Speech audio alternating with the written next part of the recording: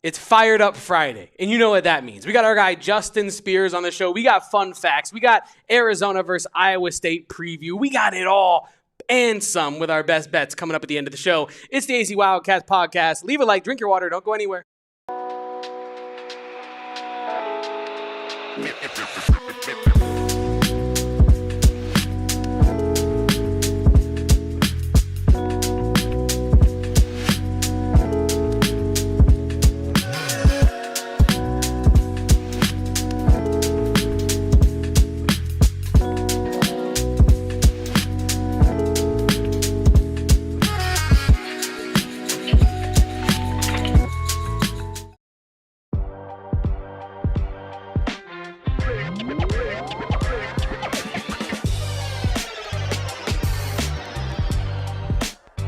Welcome on in, everybody, to the AZ Wildcats podcast, coming to you live from Studio K, presented by our friends over at Circle K. It's a Fired Up Friday. I'm Damon Fairall. That's Kevin Thomas. We're going to bring on our guy Justin Spears here just in a second, but happy Fired Up Friday to all those that celebrate. Arizona taking on Iowa State tomorrow night in Ames, Iowa, number 14 team in the land. Can the Cats get the job done? Can they get the upset? We will find out, and we're going to be hitting you with a pregame show 30 minutes prior to the game kickoff, and then, of course, a postgame show after the clock hits 0. But, Kevin, how are we living on a Friday, first and foremost? And are we excited to watch a little bit of football maybe later today in our own state? Excited to not only watch and hate watch tonight of ASU losing to TCU. That is what I'm most excited for. I've already placed my TCU money line bet when the odds were at their highest. True hater. So I am with that, and no, that is not one of my best bets because I am nervous about that specific bet I did place. But no, it is Fired Up Friday. I'm excited to be here with you and all our favorite people here in the chat, and Justin here in a second to talk about this Arizona versus Iowa State game, Damon. It's a great Friday. It is raining here in the Valley. In fact, it's pouring here in the Valley, but the vibes in this office are incredible. We were playing some early 2000s pop hits, some pop bangers before this show, and really just setting the tone. Kevin was he was just reminiscing about his DJing skills before we got on air right now, because he was on Ox and the people were just feeling the vibes. And I'm feeling the love right now in this room when we bring our guy Justin Spears on the show, because we don't want to waste any more of his time. Justin, I believe you have landed. The bird has landed. You are in the great state of Iowa. How's Ames treating you, and what are our first impressions? Man, I can't find a mountain anywhere. There are absolutely no mountains. This place is flat as hell. But, you guys talk about Fired Up Friday, and I don't know why the first thing that came to my mind was Clippers owner Steve Ballmer. I think when Kawhi was introduced as the new franchise player, and he was just like, man, I'm just so fired up to be here today. Pretty cool. Pretty damn cool. No, man, I'm really excited to be with you guys. Excited to talk about this Arizona-Iowa State battle, man. It should be a fun one Saturday night at Jack Trice Stadium. I also wanted to bring this up off the top of the show. I was looking through the game notes for this game, and the last time that Arizona faced a streak of state schools like this was 1966. When they faced off against Oregon State, they lost. Washington State, they won. Iowa State, they won. And Arizona State, they lost. In 2025, you're facing Weber State. Obviously, you did play Hawaii in there. But then you have Kansas State, Iowa State, and Oklahoma State as another state streak. So I hope that Arizona, if they pull off a W on Saturday, you're looking at an undefeated state streak, considering Oklahoma State, the way they've been playing recently. Yeah, just a little fun fact. You haven't seen Arizona play this many state schools since 1966. Damn. And it's the last time Arizona has made it out to Ames, Iowa since 1968. Man, and I don't know if you guys know about this, but the 1968 season, Arizona started off by coming out here to Ames, Iowa, and they beat Iowa State. And then later on that season, they played against ASU, and leading up to the Territorial Cup game, Daryl Mudra, the head coach of the Wildcats, said, hey, we beat Wyoming in the head-to-head matchup. Our record is slightly better than ASU, so we're going to need that Sun Bowl invitation before this ASU game. Because going into that game, it was like winner of Arizona versus ASU goes to the Sun Bowl, and Daryl Mudra was like, no, we want the invitation now, or we're not going to the bowl game. And so the Sun Bowl invited Arizona, and because of that invitation, ASU was left out. They couldn't go to a bowl game. So pettiness, even back in the 1960s between Arizona and ASU. Well, I just set a singular tier, Justin, for the 1968 Arizona State Sun Devils football team. I'm sure that those guys that's something that they'll never forget, never not being able to play in that bowl game. But yeah, I mean, you started off by saying, I'm not sure if you guys are aware of this. Kevin and I we're pretty up to date with our 1960s Arizona football history, Justin. So you don't need to mansplain 1960s Arizona football to us. Any plans in Iowa before kickoff tomorrow night at I believe it's 6 p.m. Central Time? Besides leaving? Yeah. I'm really curious to see the tailgating scene. I've heard the tailgating scene out here is one of the best in the Big 12. Definitely one of the best in college football. It's kind of like the Kansas City Chiefs of the NFL, where the surrounding area outside of their home venue is just nothing but empty parking lots. So I'm excited to take in some of the tailgating. I'm not sure what kind of food is going to be served up at some of these tailgates, but I guess we'll find out. And then apparently one of the most jumping food places in Ames, Iowa is a place called Great Plains Pizza. And they have something called taco pizza, which kind of interests me a little bit. So I'll be looking into that. Yeah. I don't know how good taco pizza is in Ames, Iowa, but yeah, we'll find out. But I will say this, early impressions, the people out here in Ames are so friendly and so kind. And that's the thing that's going to be unique about this game. And it's kind of similar to the Kansas State game a year ago, where this crowd, like, they're going to be on your ass the entire game, but they're also so polite and so respectful. And they just want their team to win, but they're going to make it very, very difficult for you to win this game. And this game coming up here at Jack Trice Stadium, it's a sellout. It's a whiteout. So Arizona is going to be wearing their red jerseys while Iowa State is decked out in all white.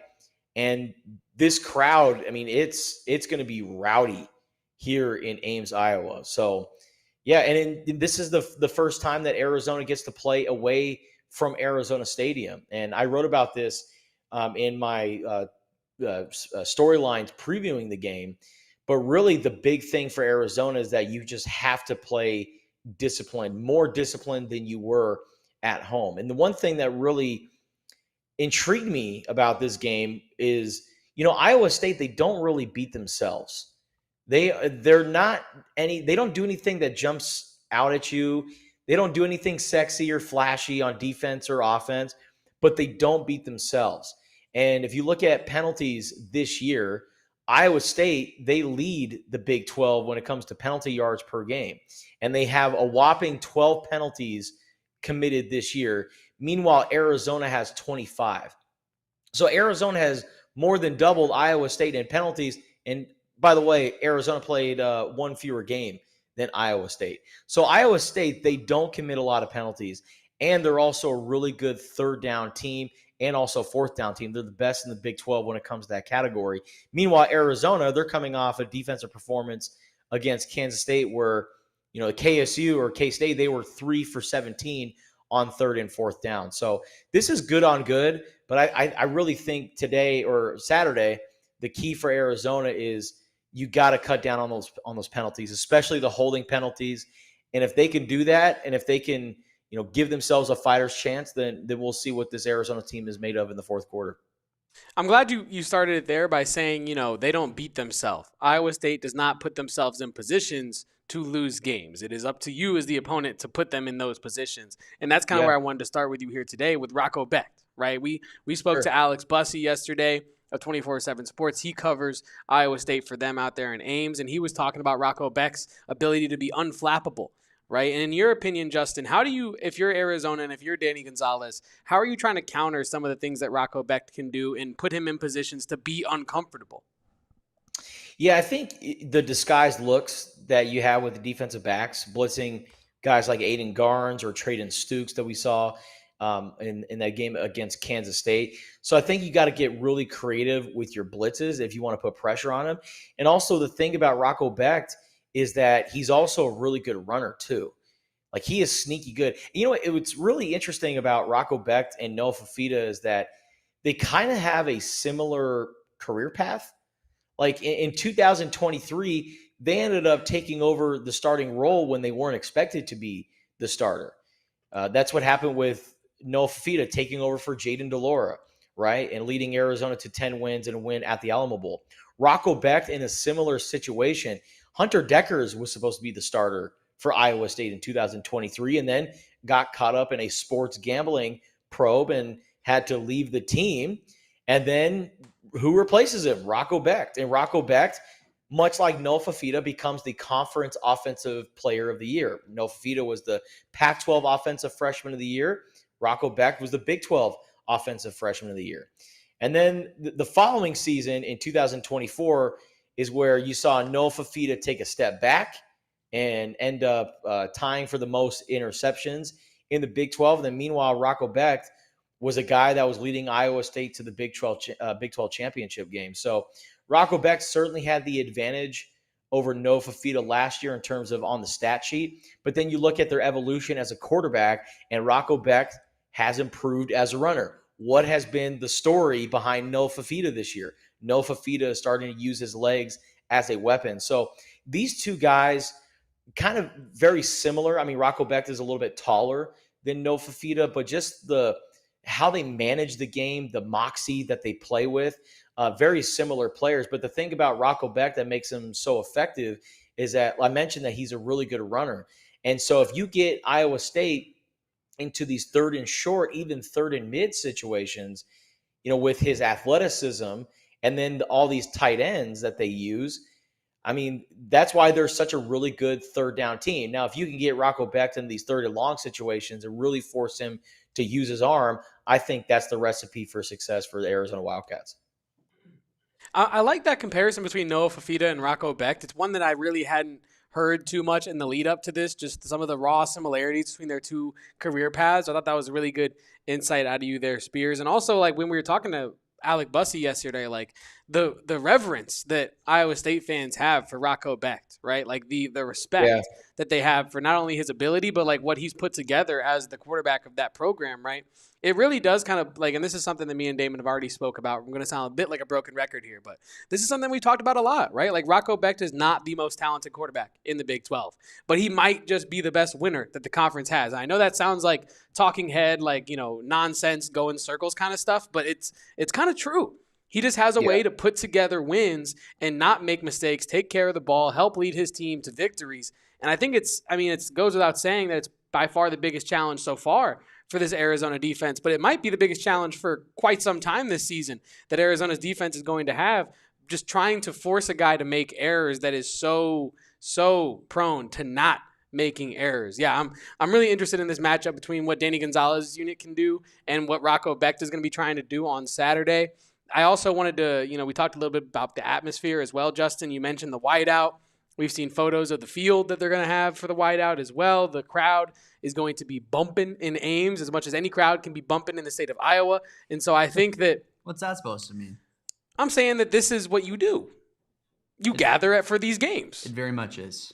Like, you can't get a more bumping atmosphere than probably college football in the state of Iowa. You know what I mean? You're not, maybe like I don't know. I don't want to go there. But yeah, like, I think like, what was I getting at? Oh yeah. How do you think the Wildcats will deal with this whiteout atmosphere? Do you think that will be any sort of a problem? As you said, they have not yet played away from home this season. Yeah. And this is, I was thinking about it today. It's okay. So we talk about Arizona's first trip to Ames, Iowa since 1968. How about return to the state of Iowa, period?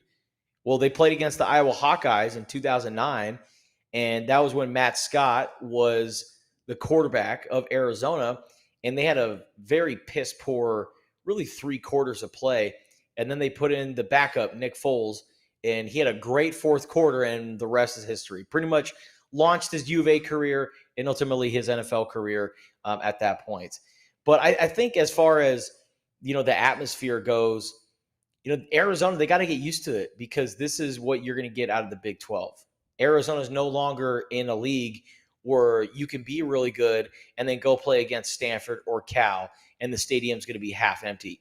you're now playing in a conference where people show up to home games.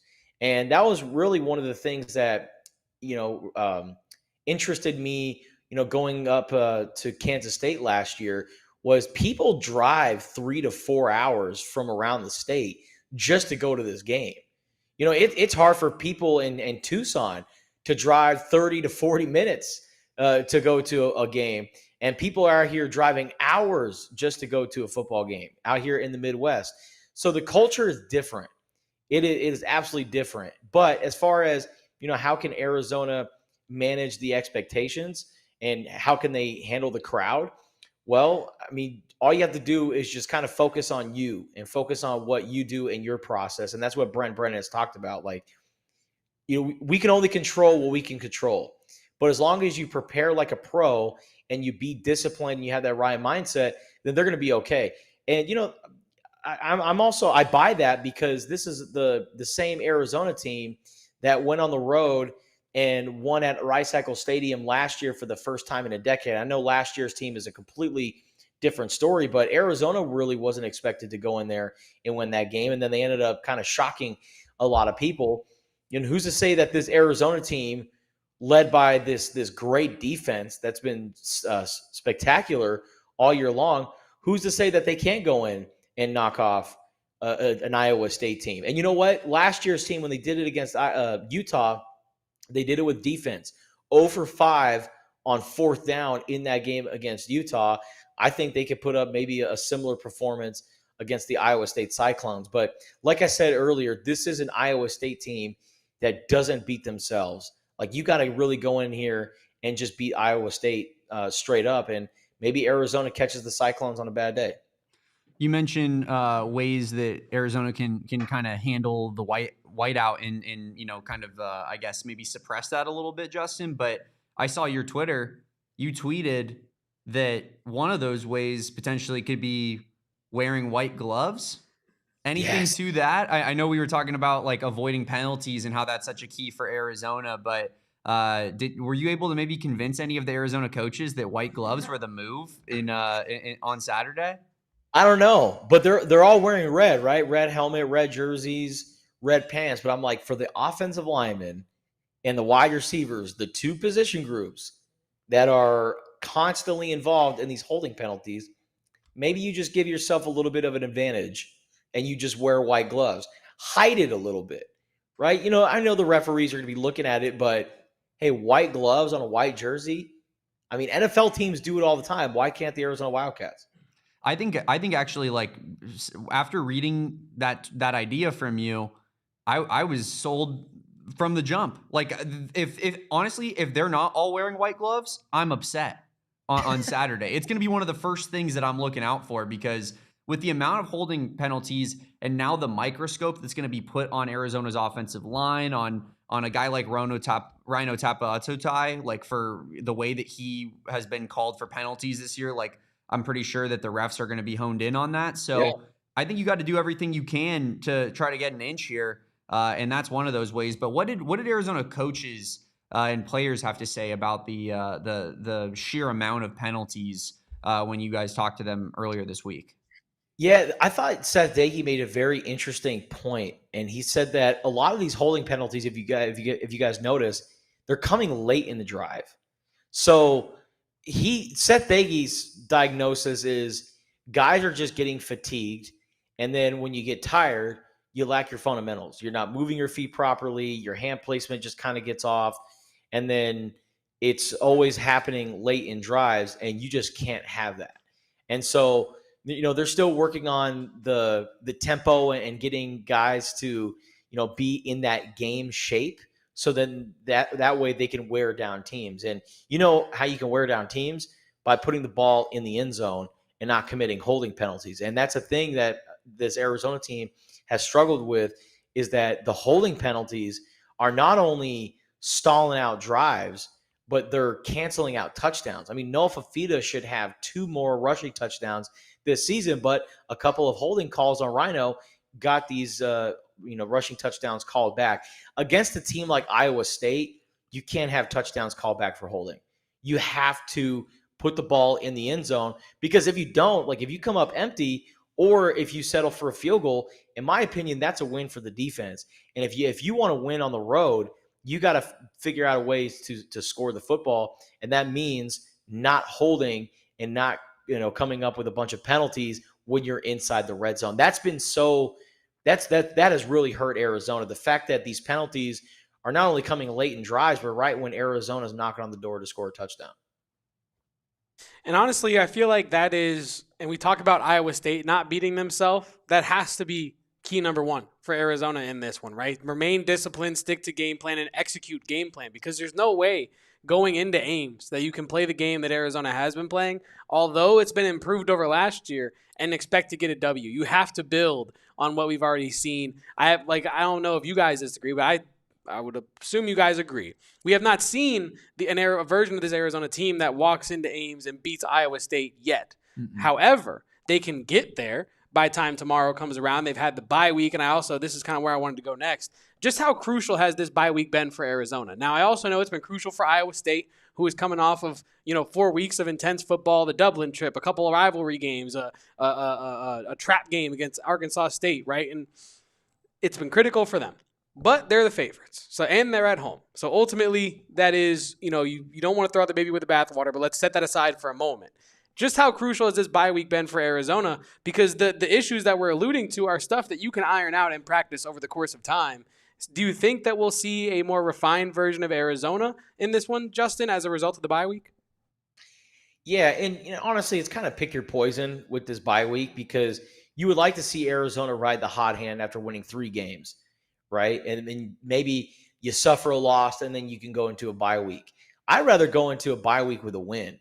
And so you could sit on that for a couple of weeks and you can feel confident, and then you can work on the things that you need to fine tune. And certainly the holding penalties are one. Guys like Michael Salgado-Medina at kicker and punter, he missed a few field goals in that game against Kansas State. That dropped punt. I mean, Michael Salgado-Medina was, I'm joking here, but it was like he was doing his hardest to keep Kansas State in that game. You just can't have those kind of moments on the road against Iowa State. So for Michael Salgado-Medina, this could have been a big week for him.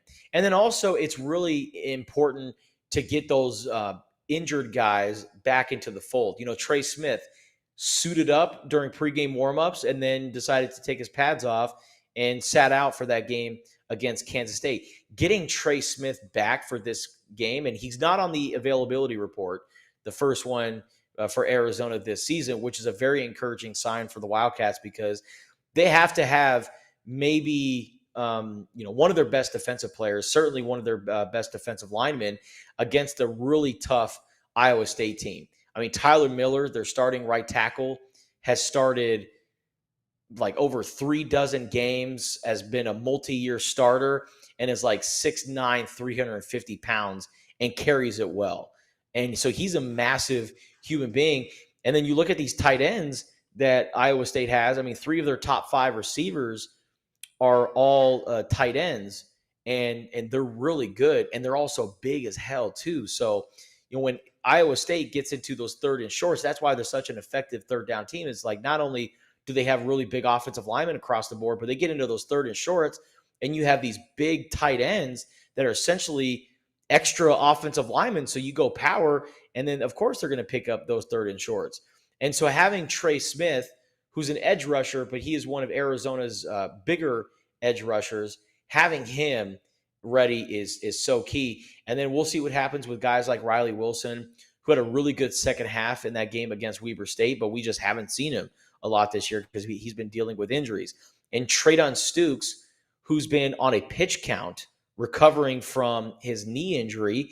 Now that he came back, played, got his feet wet, went into the bye week, and had 2 weeks to prepare for this game, maybe we see Treydon Stukes with a more important role, and have guys like Gavin Hunter be a rotational piece. So as far as the injuries go, Chris Hudson at wide receiver, didn't even mention him as well.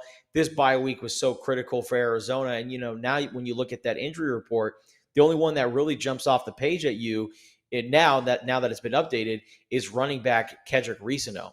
But Quincy Craig and Ismail Mahdi have had 2 great performances so far. So you feel confident that Arizona can get that rushing game going. But I think this bye week was so big for injuries and getting healthy. And now Arizona goes in feeling pretty good about themselves.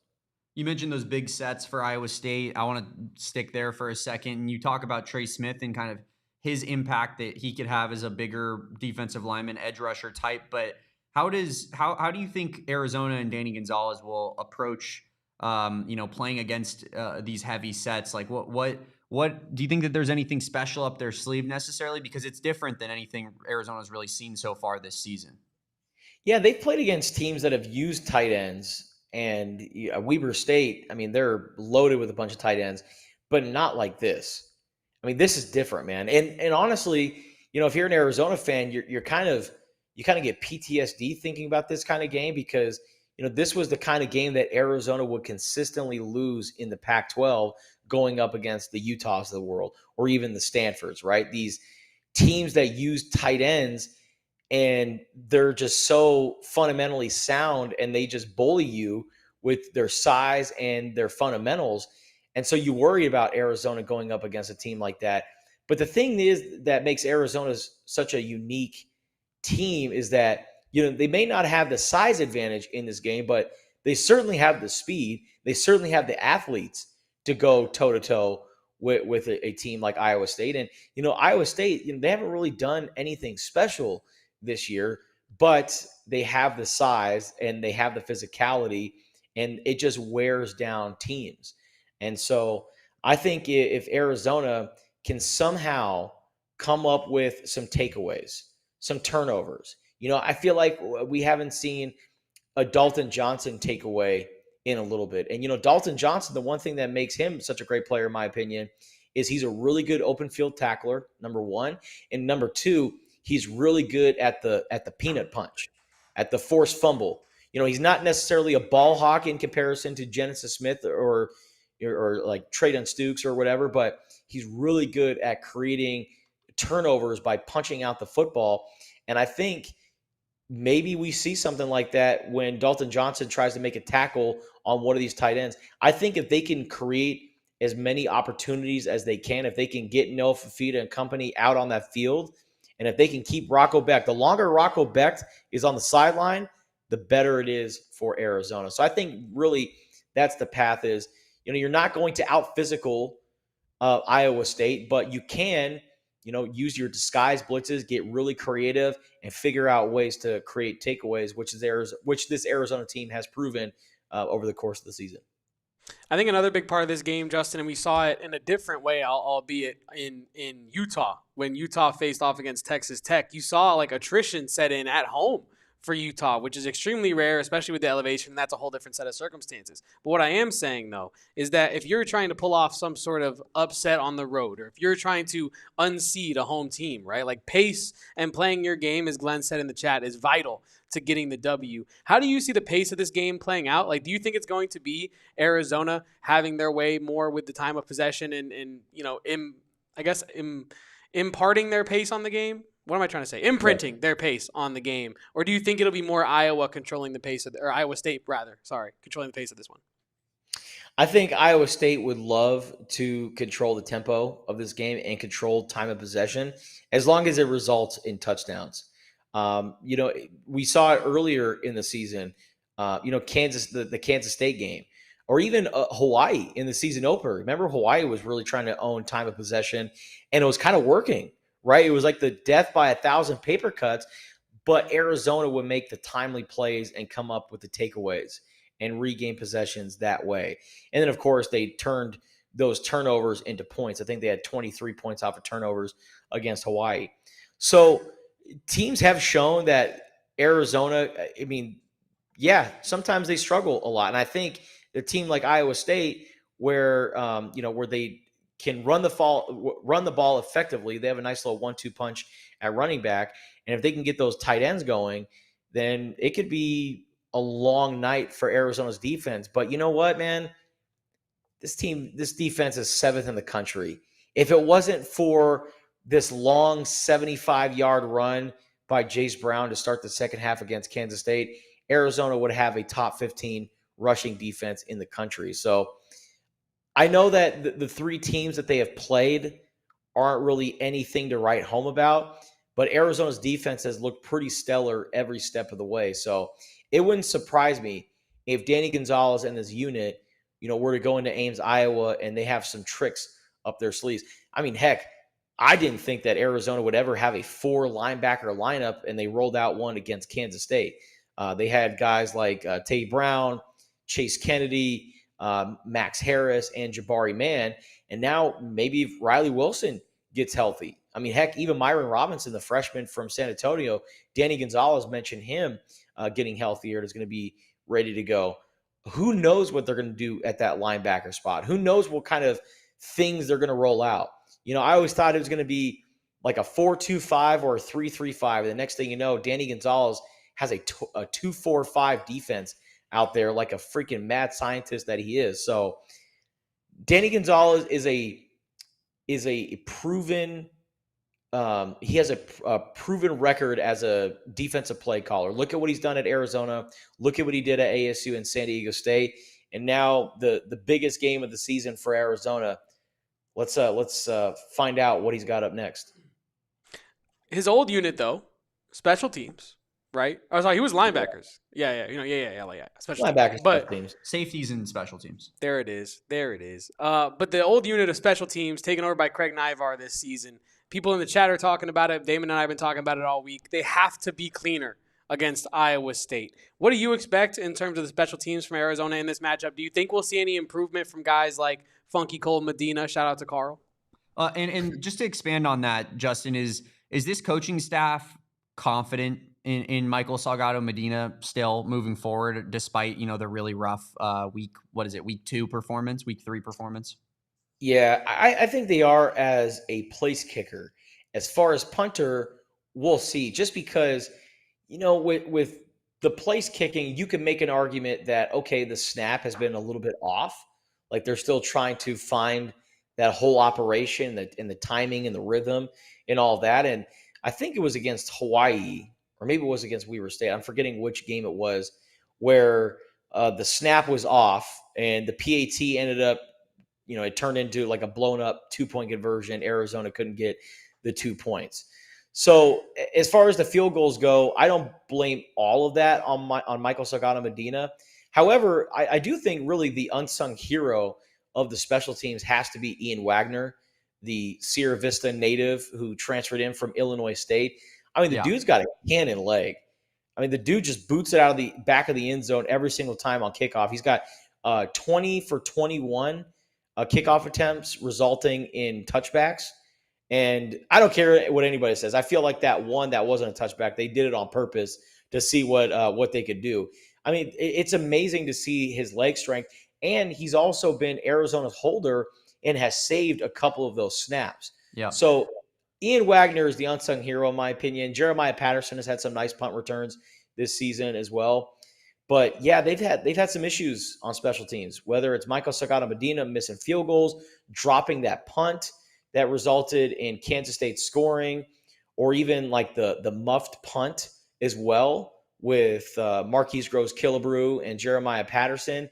Like those are just the little plays that you can't make. Those kind of mistakes, especially on the road, you can't make. But Craig Naivar is a great special teams coordinator. He's a very detail-oriented guy. Whenever you talk to the coaches and the players, they just rave about this guy and just how impressive he is and how motivated he gets these guys. So they love Craig Naivar. I think he is the perfect guy for that special teams coordinator spot. But as far as Michael Salgado Medina, MSM, not mainstream media, Michael Salgado Medina, I think they're confident in him as their kicker. Now, as punting goes, maybe we see a change. Maybe Isaac Lovison, the transfer from Australia, maybe he goes out there, or maybe they stick with Michael Salgado Medina and allow him to continue to be both a punter and kicker. For me personally, and I know obviously I'm not making any of these decisions, but it seemed like from reading your camp reports, Justin, that Isaac Lovison was performing pretty admirably and even at times was the kind of the standout of the punters. And then, you see Michael Salgado Medina is pulling double duty. From my perspective, it's almost like, hey, let's let this dude focus on making field goals, and let's get our an actual punter out there who's going to punt the football, because like that dropped punt, that's a mental thing. We all know Michael Salgado Medina can catch a long snap. Otherwise, he wouldn't be punting, right? Because that would show in practice. But that was clearly the moment was a little bit too big. It was a game, like in-game moment. I think that for what it's worth, and it's worth nothing, I think Isaac Lovison needs to be the punter going into this game, and that decision needs to be made before it's too late, because you can't have a guy struggling and hurting you in both sides of the kicking game. One thing is even like maybe you can work past it as a team, but if he's going to be punting and kicking and it's going to be hurting you and being negative in both regards, that's completely debilitating for a team. Yeah, and they wanted him to focus on one going into the season. When Arizona wrapped up the spring, and this was before they added guys like Ian Wagner, right, and Tyler Perjune, the freshman kicker, Michael Salgado Medina was the only guy. And Craig Naivar said, we want him to specialize in one, and we want him to be the backup with whatever one he does not do. Yeah. And then all of a sudden he's listed as both the starters at kicker and punter. We're like, whoa, that wasn't the plan at the end of the spring. And they're like, yeah, that wasn't the plan, but now this is the plan. And I was really impressed with Isaac Lovison. He was added late. He didn't really get to Arizona until like right when training camp started. I think training camp might have been already underway by the time that he got to Arizona. Like, he had just started. So he was a late newcomer, but better late than never. And the thing that impressed me the most was he's got some really good touch. Like, he could do the coffin corner drill, and there were many kicks that I saw land inside the 5-yard line and go out of bounds. He's also the Australian kicker, so he can do the rollout and kind of do the rugby punts. And so, maybe, and I hope I'm not getting in trouble here, but maybe there's a reason why we haven't seen Isaac Lovison. Maybe they're keeping a player like that for a game like Iowa State. Maybe you don't want to reveal too much of the secrets, and maybe that they make a change at punter and roll out Isaac Lovison. Or, like I said, they can trust Michael Salgado Medina, work with him in the bye week. Maybe they feel confident enough that he can do both, and then they'll make a decision after this week. But I agree with you, Damon. When you look at the missed field goals, the dropped punts, those are the mental things that you just can't allow in a ball game, especially that drop punt. Yeah, we're going to talk a little bit more about what Justin's got from a prediction standpoint. We'll do that right after the break here on the AZ Wildcats pod. Don't go anywhere. I sure hope you didn't go anywhere, unless it's to a Zen Leaf dispensary, because if somehow, unfortunately, Arizona State wins tonight in a football game, I will surely need to unwind. And especially if the Mercury win a playoff game tonight, I will be celebrating and really uplifting myself with our friends over at Zen Leaf Dispensaries. Whether you're gearing up for game day or winding down after a hike or some sort of unexpected loss in the sports realm, Zen Leaf is your go-to cannabis, flower, vape, edibles, and more stop with all the brands that you trust. It's like the one-stop shop. Stop. You know what I mean? And for a limited time, you can get 50% off. That is half off of a one-time purchase with our code of ZEN, PHNX. ZEN, PHNX. And you get 50% off a one-time, first-time purchase. Kevin? 50. That's half. So I'm saying go to Zen Leaf. That's got to be the best promo code we got. Load up and use Zen, PHNX, for 50% off of your first one-time purchase. Zen Leaf, great weed, great service every single time. Unbelievable deals going on over there at Zen Leaf. Unbelievable deals going on over there at Circle K as well. Because, guys, if you are not an Inner Circle Rewards member yet, what are you doing? It's so simple to sign up. You download a free app. You pick an email. You plug in a password, and you're done. The savings are right in front of your face. You get 25 cents off per gallon on your first 5 fill-ups. Then you save 3 cents off per gallon every time that you fill up after that until you reach premium status like me and Kevin, and you'll get 5 cents off per gallon. But the deals don't stop there. There's energy drink deals. There's all types of beverage deals. Polar Pops for only 79 cents. You won't become America's thirst stop if it isn't for the Polar Pop, Kevin. And of course, you know they got the snack deals as well. Head on over to Circle K. Check out everything that they have to offer. There's a reason they're America's thirst stop. There's a reason that they are the most popular gas station in the great state of Arizona. Join the inner circle for free by downloading the Circle K app today. Terms and conditions apply. At participating locations, visit circlek.com for details. I wonder if there is ever a place where just terms apply and conditions don't, or just conditions apply and terms don't. It's like an exclusive deal. Terms and conditions always apply. But are there cases where it's just one or the other? But that's neither here nor there. Justin, Riveting. We were talking before this about potentially getting a prediction from you for this Arizona versus Iowa State game. What do we got out of Justin Spears from a prediction on a Friday afternoon? All right, so I've thought about this. I've gone back and forth many times, and something tells me that this Arizona team, they might do it. Yep. I think this Arizona team is going to do it. Wow. So you're saying there's a chance? Yeah. And honestly, I think what Arizona fans want to see, honestly, is either one, a win. That would certainly make Arizona's fans weekends, but also just be competitive. Yep. Don't get your teeth kicked in, because, the last time that, Arizona was on the road, they got smoked by TCU. As a matter of fact, last year, when you look at all of their losses combined, 8 losses by a combined 191 points. Like, your average margin of defeat is 24 points. Like, that is just absolutely gross. So, yeah, don't get smashed. Don't get smoked. That's exactly what Arizona fans want to see out of the Wildcats on Saturday. And I think even if they lose, but if they lose by a field goal, heck, if they lose by a touchdown, you go back home, you beat a Oklahoma State team that's in free fall mode, and that's your 4th win right there. And then you go into that second half of the schedule, and all you need is two wins to get to bowl eligibility. So I like where this Arizona team is at right now. They're in a really good spot, but this is tough, man. And Iowa State's a really good team. I mean, they were just in the Big 12 championship under Matt Campbell. Like, they're so locked in, and they play so clean. And going back to that whole penalty thing that I was telling you about, I was looking at it ever since Matt Campbell took over as head coach in 2016.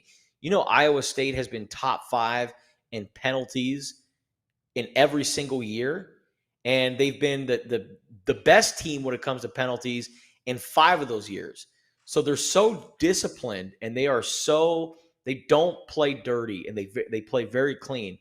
And so Arizona, they're going to have to figure out ways, like I said earlier, get Iowa State into those 3rd and long situations. And you know what? There might be a possibility where turnover on downs is the only turnovers for Arizona in this game. And they do celebrate those. Turnover on downs, they're bringing that football over the sideline, and they're punching it with a sword. So I think that if Arizona can force Iowa State to get off the field, and then I think if they could play clean themselves, Noah Fifita, knock on wood, he has not thrown an interception this year. The only guy to throw an interception is wide receiver Javon Watley. So I think that if Noah Fifita cannot throw an interception, if Arizona can protect the football, and if they can run the football too. Arizona on the road last season, rushing-wise, they only averaged about, I think, like 74.5 yards per game. I mean, they had 5 rushing yards in that game against Central Florida and 38 against TCU.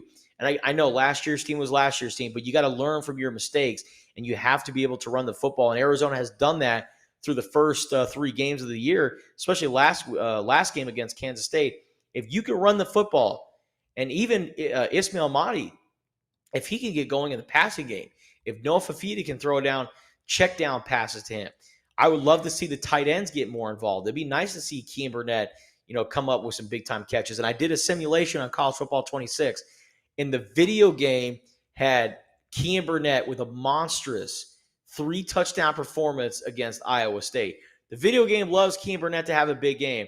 I look for him to have a big game as well. Maybe not 3 touchdowns, but look for him to get going. And so I think we're going to see some creativity from this Arizona team. And if they play clean, I got Arizona winning 27-24. I love it, Justin Spears. I absolutely love it. And I think you make a lot of great points there in terms of just, how this game could potentially play out. I think, what we're lining up to see is a pretty tight game. If you look at, the spread, the over under, all of it tells me that we're going to kind of get a back and forth defensive battle, an over under of only 48.5, I believe. I last saw, which is pretty low. I mean, that's like an NFL over under.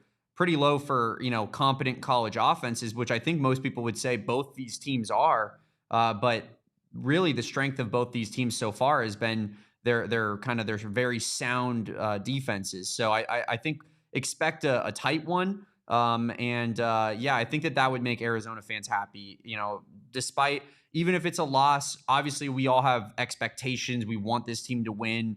No one's going to come into Saturday's post-game show and be like fired up with a loss, but I do think that the priority here is to see a team go on the road versus a really good football team and just, make them sweat a little bit. Like keep it close, keep it competitive, and show Arizona fans that, what they've seen through 3 weeks was not Fugazi.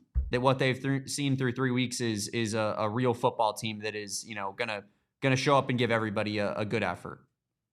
This ain't a fool's gold Arizona football team. This is the real deal. And I think the key for this game, in addition to protecting the football and also getting off of the field on third down, is this secondary, man.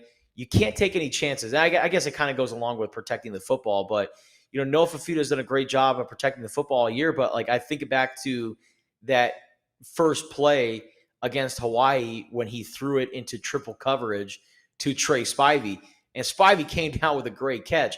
But the thing is, this secondary of Iowa State with Marcus Neal, with Jeremiah Cooper, I know he's banged up right now, but they moved Jeremiah Cooper over from safety to cornerback because they love these up-and-coming safeties that they have.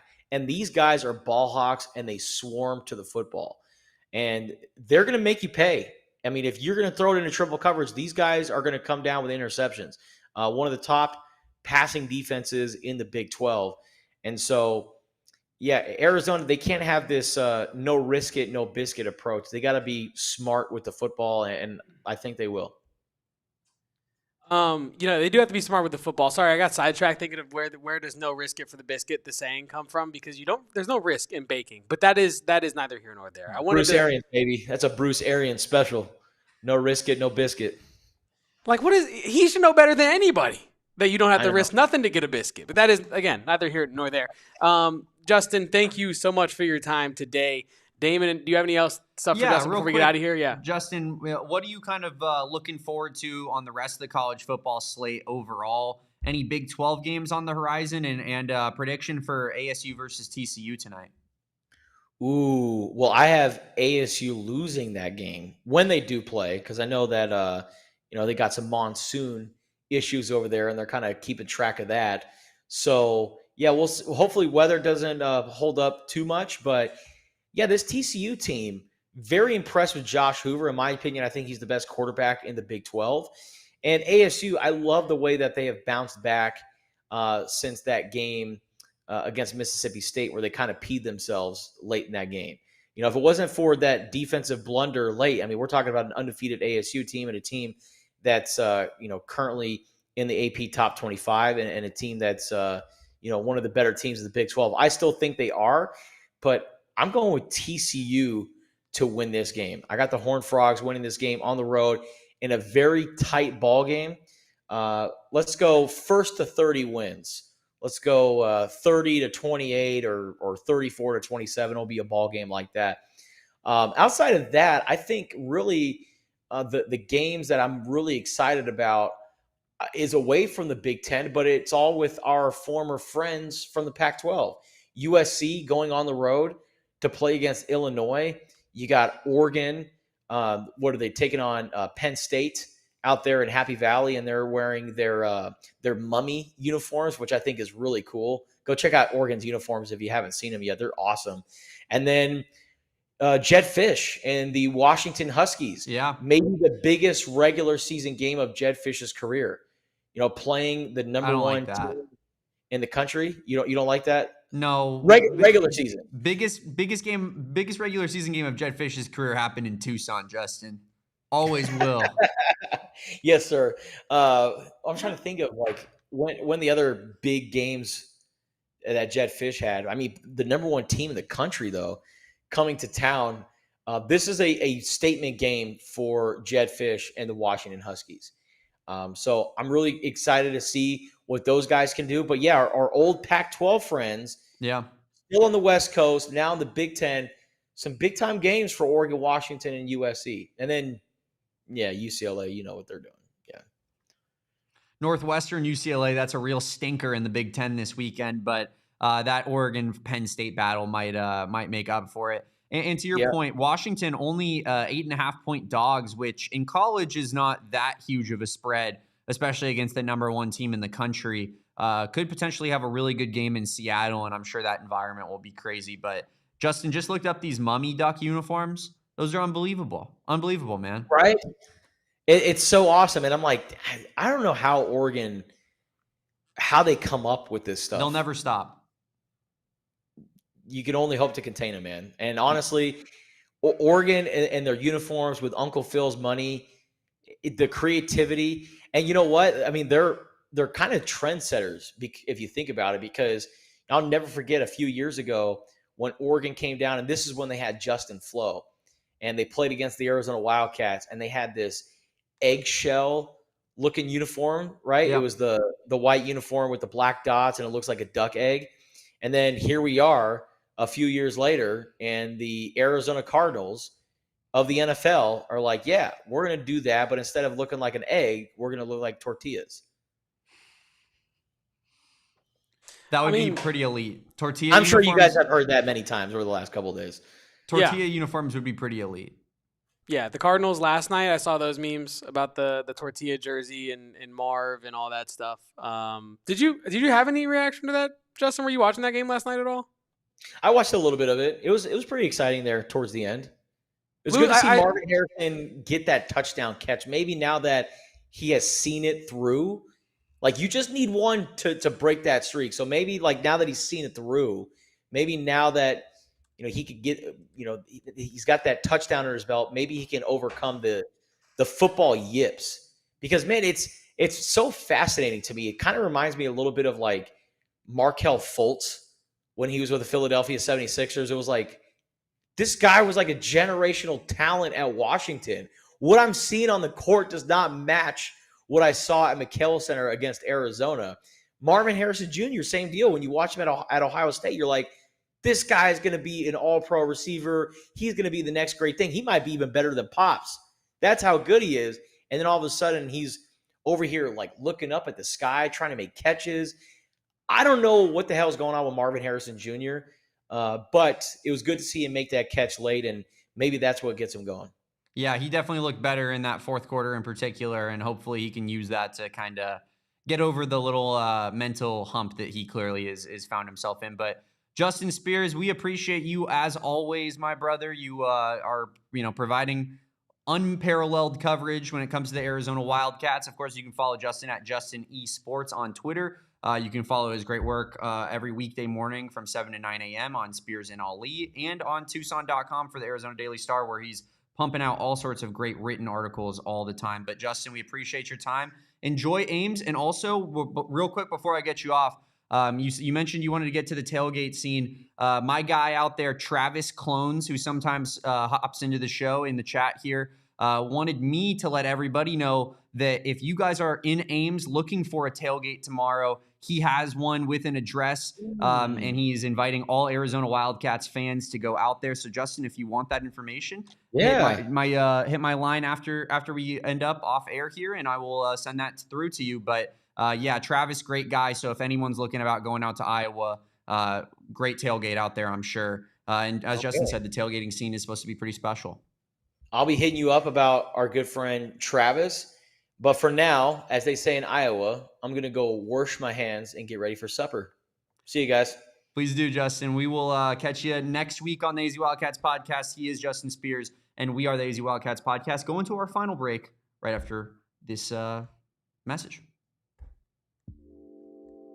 And you might be wondering, like, what is that message? That was so ominous, and I have a solution for you, and that solution is our friends over at Monarch Money. What do they do, Kevin? Well, they help me specifically save and manage my money. They're like a personal CFO. As you know, I went to school for journalism. I initially went to school for business. Stopped that because I'm really, really, really bad with accounting. I failed accounting, folks. I failed it. I failed accounting, but Monarch Money, they're my personal accountant, and that is why I love Monarch Money. They help me manage my money. They help me set, reach, and smash financial goals. If you have a goal in mind, if you're saving up for a big trip, Monarch Money is the place to have all your financial goals in the same spot. Don't leave money on the table. When you're making good money, it's easy to get complacent. I really honestly wouldn't know what it's like to be complacent with my money. But because I don't know what it's like to be complacent with my money, I got to manage it even smarter. And that's where Monarch Money comes in. It helps you stay on top of every dollar that you have, whether it's coming out, whether it's going in, whether you're investing it. It helps you with all of that. Don't let this financial opportunity slip between your fingertips. Use code PHNX at monarchmoney.com to get another 50% off your first year of money management tools with Monarch Money. That's 50% off your first year of Monarch Money at monarchmoney.com, promo code PHNX. Monarch Money, great stuff going on over there. Great stuff going on at Shady Rays as well. Guys, we talk about losing your sunglasses, breaking your sunglasses all the time. Is there any worse feeling in the world, Kevin? I feel like a failure every time I lose my sunglasses. 100%. I'm not as much of a breaker of my sunglasses. Like, I'm not sitting out on them when I get into my car seat. But I am a loser. I definitely am a loser. I'm a big, fat, stinking loser.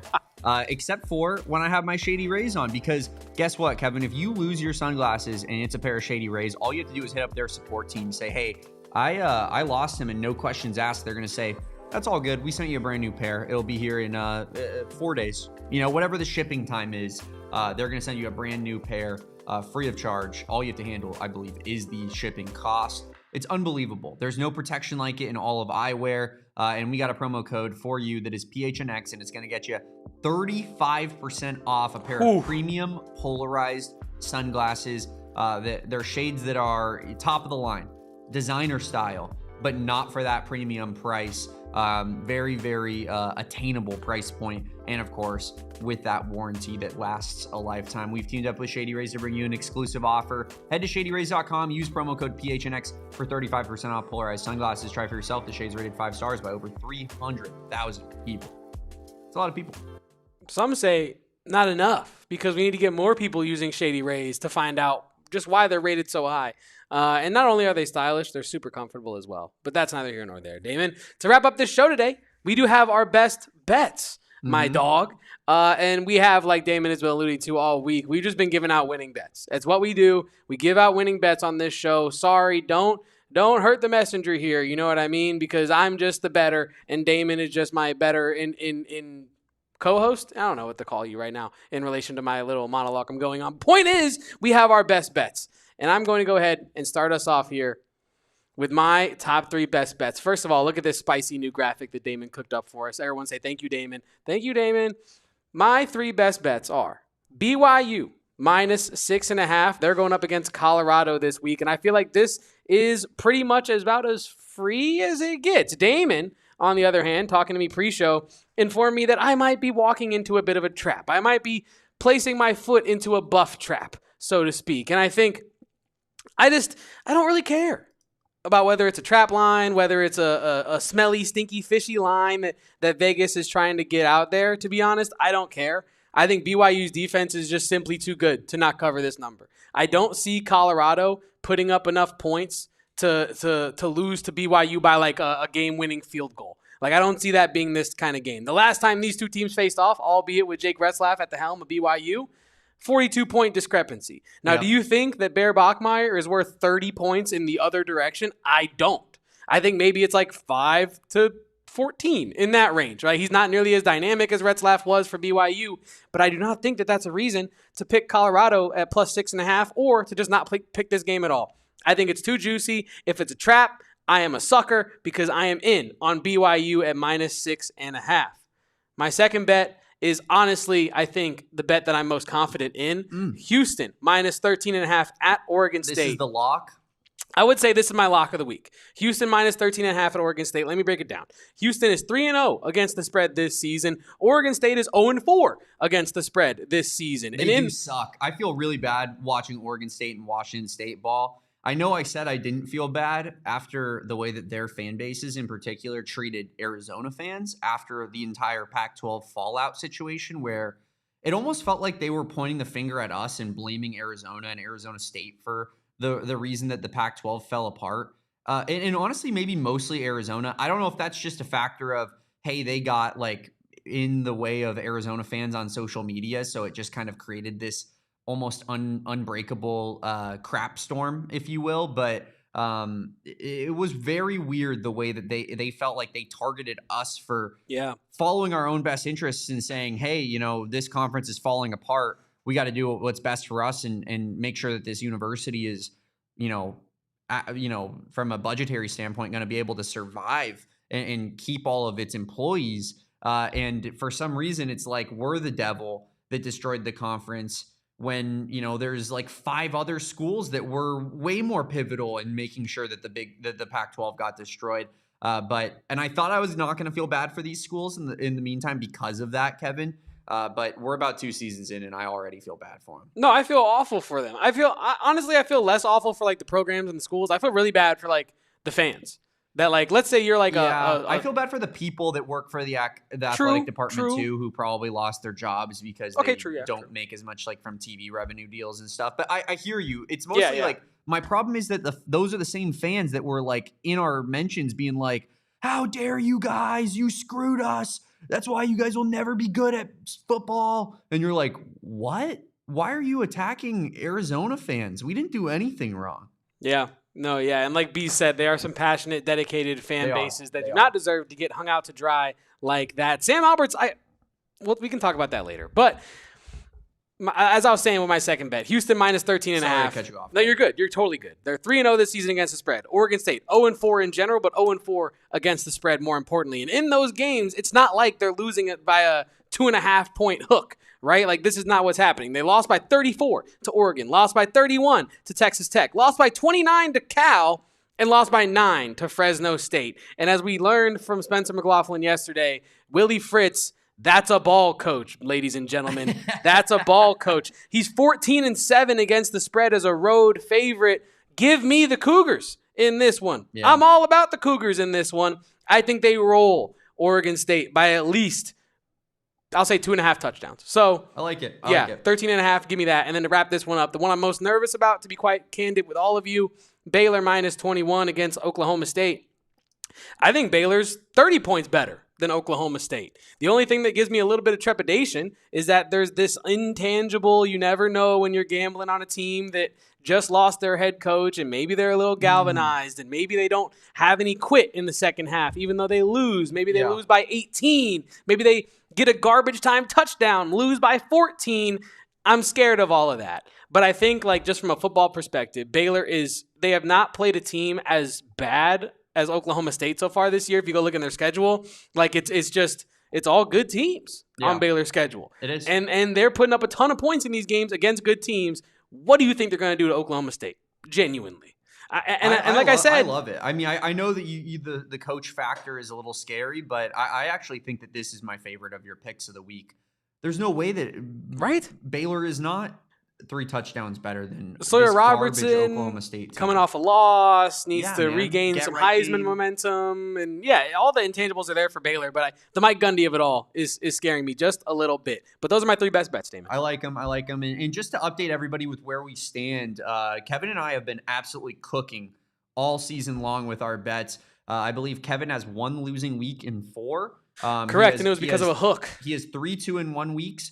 1-1-2 week, and that, like he said right there, it was a 0.5-point hook that kept him from being 2-1 and keeping pace with myself, maybe the greatest gambler of all time, as people are calling me.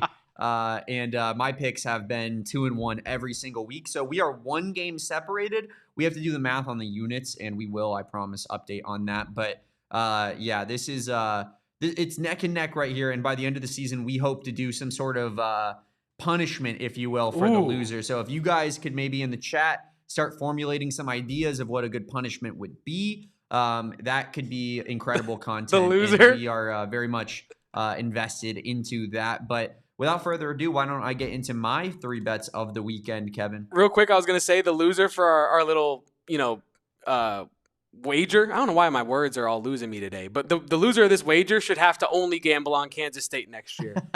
Whoever ends up on the ban list, that's the only teams you can bet next year. We have a ban list for those of you that are maybe unaware. There is a 1-team ban list right here. It is Kansas State as currently constituted. Kevin looked me in the eyes earlier this week in our office on Monday, I believe, and said, I'll bet on Kansas State in that game. And I had to remind Kevin, we have a 1-team ban list, and it is the team that you just said you're going to bet on.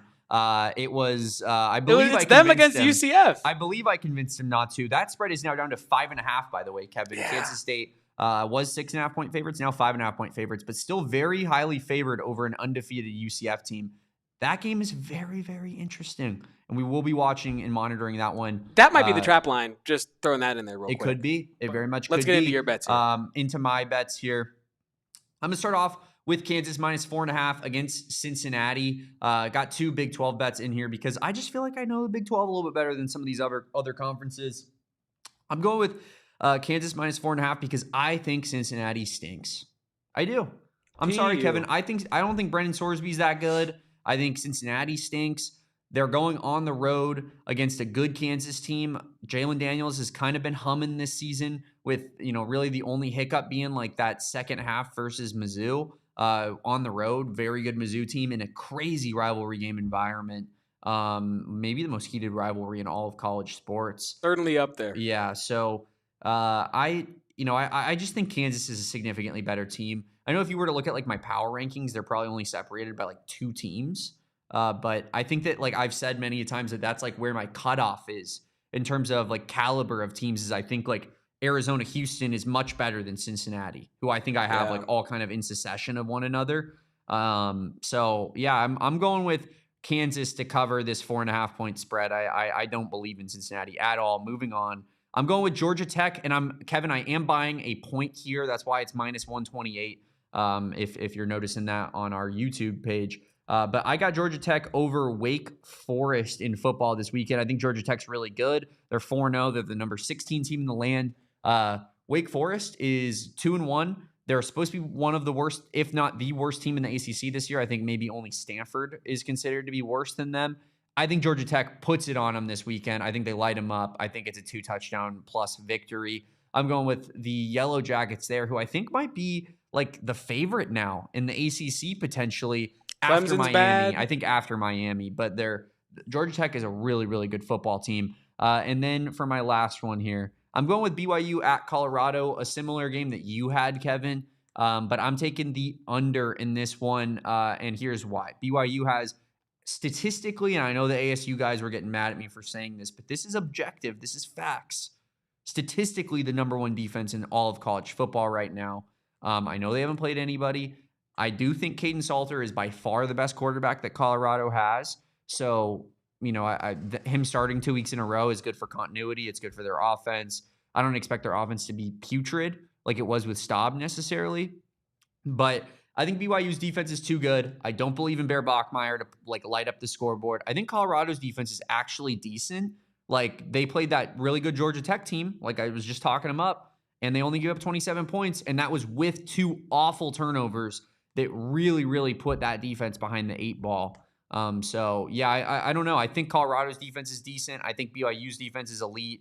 I don't believe in Bear Bachmeier. While I do believe a little bit in Caden Salter, I don't think I believe in him against this BYU defense. So I think under 49.5 points is a pretty easy number to hit there. Personally. I love the Kansas and Georgia Tech bets specifically. Like, not that I don't like the last one. I like it, but I love the first 2, especially the Kansas one as we were talking about pre-show, Damon. I feel like Kansas is just straight up better in so many ways than Cincinnati. and they should walk away with that one and the cover for you. But yeah, which one did you say was your lock on this list? I'll go with I'll roll with Kansas as my lock. I think I just don't believe in that Cincinnati team whatsoever. Hopefully, I don't get half-point hooked there because that could very well happen. Knocking on so much wood. I could very much see like a 24 to 20 game, and it's like that's cool. Yeah, -4.5. Yeah, that would be brutal. That would be brutal. People in the chat are talking about the under in the ASU TCU game as a result of the weather and how it might be a more run-heavy game. Any takers from you, Damon Dog? I don't mind that at all. I think that's very interesting and definitely something I will monitor as I will be going to the game. But I might have to find some sort of like jacket situation. I thought I dressed to like go straight potentially if I needed to go straight from work to the game, but I'm gonna need to make a stop home and get like a windbreaker on or something because this is gonna be wild. And I feel like we haven't talked about that at all on today's show, and we really need to. You're going to the game tonight. I am going to the game. We have boots on the ground. We will have boots on the ground. Do I need to get some sort of content out? Do I need to film a stand-up? That'd be fire. I mean, I'm not going to say no to content. The Arizona State Sun Devils lose a heartbreaker out here at Mountain America Stadium as the TCU Horned Frogs and Josh Hoover. Is he the best quarterback in the Big 12? Certainly looked like it tonight. 312 yards, 4 touchdowns, only 1 pick to show for it. Sam Levitt, though, he did look good. 150 yards rushing, 15 yards passing, but we can talk about that next week. Sam, are you going to be out there at the game, brother? Let me know. It sounds like you are, but I'm going to be out there with Parker Myron, who I'm assuming that you probably know of. I don't know if you've become acquainted with Parker, but maybe you guys even... Did you go to Esperero? I don't know. This has turned into Tucson middle school talk. I'm lost. But Sam, let me know in the comments. I'm excited to go to this game, though. I really am. I just love good football. I went to Utah ASU last year, and that was my first ASU game I've been to that wasn't a U of A ASU game. And that game ended up being actually a real stinker. I know ASU rushed the field and went ballistic, but Cam Rising, physically could not throw a football in that game. It was probably single-handedly the worst quarterback performance I've ever seen with my own 2 eyes in a high-level college football team, especially a ranked team, because Utah was number 12 in the country or something going into that game. And Cam Rising was just he was crippled. It was brutal to watch. And you're sitting there screaming Whit, make a QB change, man. This guy can't throw. And he didn't want to bench his guy. You could see he was a pride thing. And you're like, dude, the season's kind of on the line right now, my guy. Yeah. And that was a close game. But yeah, it was I think that was also a Friday game. So maybe that's just my thing. I go to Friday ASU games if it's a decent team coming to town. But yeah, Sam, let's link, bro. Let's link, Brody. Let's link, twin. Let me know. You got my number, so text me. But that's going to do it for us today on the AZ Wildcats pod. Another banner Football Friday episode. Fired up. Fire it up. You need some sort of sounder. Kevin, I had a lot of fun today on the show. Of course, thank you to Justin Spears for joining along. You got mine and Kevin's best bets, which, of course, have just been printing money all season long. So I don't know. I'd be all over those. And Glenn, by the way, I know you were in the chat today. I said we'll be back next week to discuss it. Glenn was, in fact, right about how stupid my Florida bet was last week because I tried to reverse trap line myself. I was like, how is Florida plus 7.5 this week after they looked disastrous against LSU? They might be trying to tell me something, and I overthought it. But my Boise State pick did hit. So me and Glenn were 1-1 in our head-to-head battle. Now we need a tiebreaker. We do need a tiebreaker. And we will find that, I'm sure, eventually. Me and Glenn disagree on quite a bit. But appreciate everybody for being here today on the AZ Wildcats pod. Of course, that is my guy, Kevo Posts. You can follow him at Kevo Posts. I'm Damon Dog. You can follow me at Damon Dog. That's DAWG. And we are the AZ Wildcats pod. You can follow us at PHNX_Wildcats on all socials except for TikTok, where we're at AZ Wildcats pod, where Kevin is putting in all sorts of grind over there on the TikTok streets. But appreciate everybody for rocking with us on a Friday. We are so fired up for tomorrow's game against Iowa State. We got pregame 30 minutes prior to kickoff. Make sure that everybody is there, ready to go, ready to watch some Wildcats football. But until then, we will see you. Peace out. Bear down. And go Cats. Have a hell of a fired up Friday. We all silly like the mayor.